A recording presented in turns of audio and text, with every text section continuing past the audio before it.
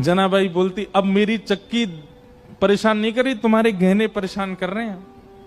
तो ठाकुर जी अपने सारे आभूषण उतार करके किनारे धर देते कि जनाबाई का स्वर मैं सुनता रहूं, इस स्वर के बीच में कोई और बाधा नहीं आवे। और ठाकुर जी अपने सारे आभूषण उतार करके किनारे में धरते और जनाबाई के साथ धीमे धीमे चक्की पिसाते और जनाबाई गाती। इसके बाद की लीला थोड़ी सी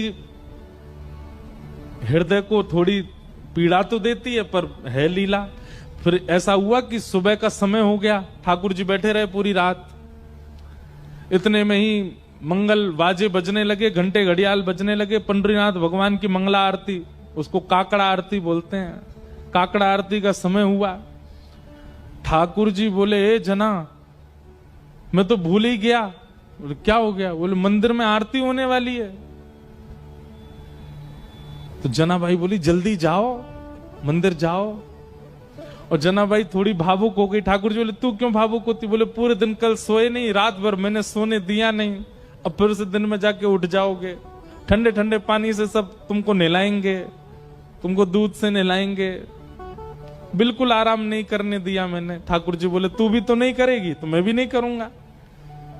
इतना सुख ठाकुर जी जनाबाई को। तो जना तुरंत ठाकुर जी जाने लगे तो जनाबाई से बोले, ए सुन, तू अपनी सॉल दे दे। क्यों? ऐसे जाऊंगा तो सब पहचान जाएंगे मुझको, वहां पुजारी पंडा सब भारी खड़े होंगे, थोड़ा ढक के जाऊंगा खुद को तो किसी को पता नहीं चलेगा। और जनाबाई की सॉल लपेट करके श्री पंडरीनाथ भगवान पहुंचे मंदिर।